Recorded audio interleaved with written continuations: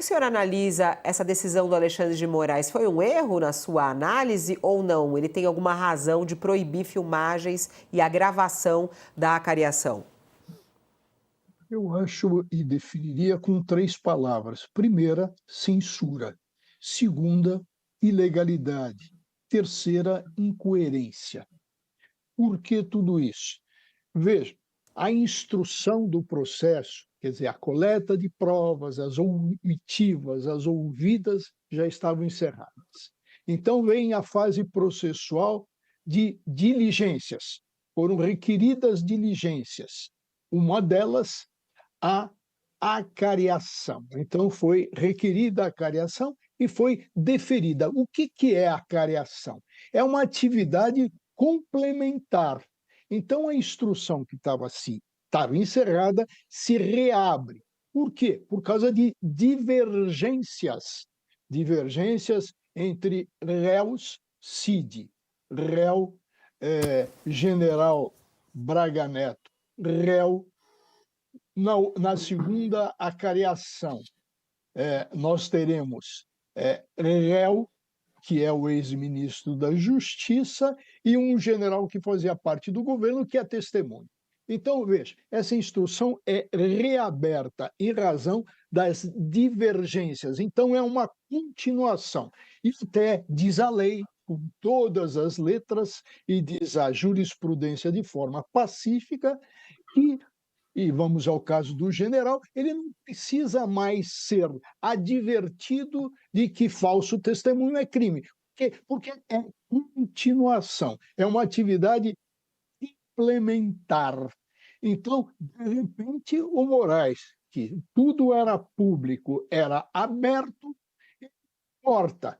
Corta para impedir o quê?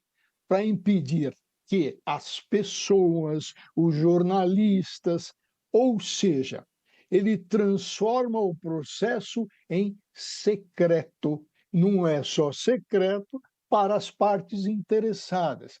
Isso é absurdo, é censura, é ilegalidade e é, evidentemente, uma incoerência. Por que agora ele fecha? Que as pessoas não têm mais direito a saber das divergências e como irão se comportar aqueles que são colocados em confronto. Como que funciona? Funciona da seguinte maneira: o juiz-presidente, e essa atividade é contraditória, ou seja, as partes podem responder, participar. Então, vamos ver, um CID de um lado, o general do outro. Então, o juiz diz: o senhor Cid disse, réu, disse isso. O senhor confirma isso? Isso é a sua verdade? Isso aconteceu? Por quê? Porque existe uma controvérsia, porque o outro general, que é co-réu, diz isso. Então, o que fará, por exemplo, o CID, segundo a lei? Ele poderá, em primeiro lugar, silenciar, dizer o que eu já disse, o que eu sabia, é isso e eu confirmo o que eu sabia. Ou ele poderá dar explicações. Caso, poderá falar, detalhar sobre o problema do dinheiro, quanto é o dinheiro, a história de colocação do dinheiro na caixa. O general dizia que ele foi visitado na casa dele, que não tinha reunião alguma.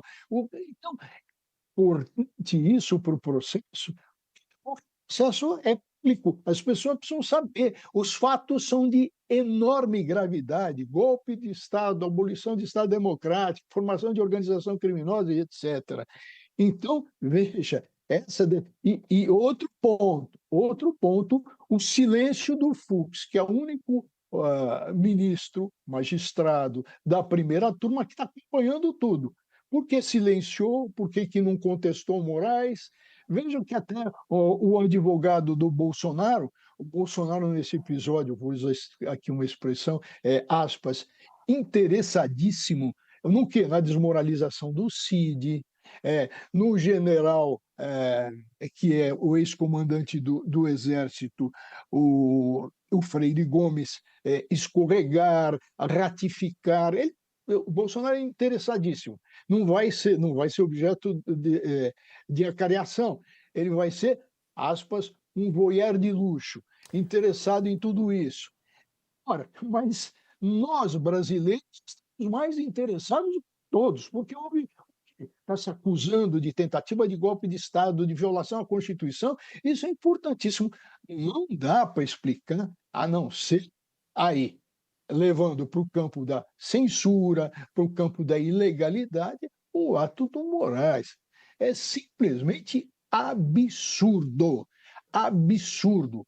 É ato de cabeça de Professor, ditador de toga. professor, isso é muito grave, né? O senhor está falando aqui do erro do Alexandre de Moraes em não liberar a gravação, ao trazer até mais transparência para esse julgamento. O que eu fico pensando, e até o Josias também pergunta isso para vários juristas que a gente entrevista aqui, as consequências disso, né? Quando o senhor fala aí que o Alexandre de Moraes está cometendo um erro ao fazer isso, quer dizer, esses erros que muitas vezes Alexandre de Moraes comete, como o senhor analisa, podem trazer qual consequência para esse processo? Quer dizer, a gente pode ver lá na frente a nulidade disso? Isso pode colocar em questão o que está sendo julgado, a atitude do Alexandre de Moraes? Primeiro ponto, isso pode dar um sinal do quê? De falta de imparcialidade. Porque amanhã ou depois se pode dizer, olha, ele não quis divulgar, ele não quis mostrar. Veja, Fabíola, como é importante na acariação o comportamento dos acariados. Eles se expressam, eles vacilam, eles confirmam, eles são fortes ou são fracos, esse tipo de comportamento é importantíssimo, serve para o juiz, serve sim para formar sua convicção. Olha, ele não respondeu com firmeza. Eh, se materializar isso simplesmente em notas, não, há necessidade, evidentemente, das pessoas assistirem. Esse quadro, veja o que é importante isso, por que que na Alemanha e na Itália, por exemplo, 2 países eu estou citando que me vêm em mente, não existe interrogatório de réu com réu, não existe essa possibilidade. O direito brasileiro permite. Então, veja, não existe essa possibilidade, por quê? Porque está dentro da ampla defesa, do dever de silêncio, eles acham que isso aí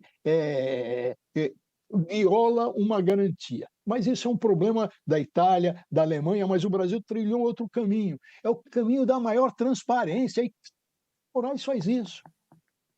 Um caminho do quê? Olha, pode sim interrogatório de réu com réu, está na lei.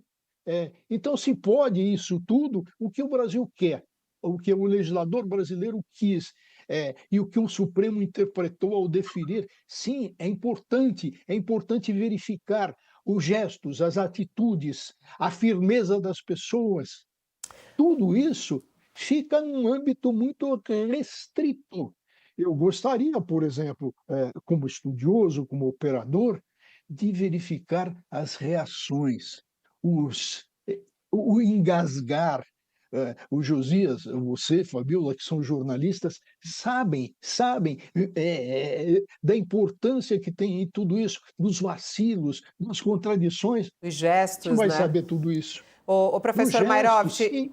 eu perguntava sobre a nulidade do processo, do julgamento. Olha que curioso aqui. Acaba de sair, está na nossa página também do UOL, está na coluna, na verdade, do painel da Folha do Fábio Zanini. Aqui a informação de que a defesa do ex-assessor de Bolsonaro, ele vê juízo de exceção e ataque à democracia por parte do Supremo Tribunal Federal. São os advogados de Felipe Martins, que é réu no processo, importante dizer, e eles estão pedindo nulidade do julgamento. Os advogados acusam os ministros do Supremo Tribunal Federal de terem criado um juízo de exceção na mais alta corte do país. E essa manifestação consta da defesa prévia apresentada ontem no processo em que Martins é réu por participação da suposta trama golpista. Existe aí, o senhor vê aí, de alguma maneira, juízo de exceção? O que é isso, professor? O juízo de exceção é quando o juiz é parcial, é um juiz ad hoc, feito para condenar, para buscar o quê? buscar um interesse.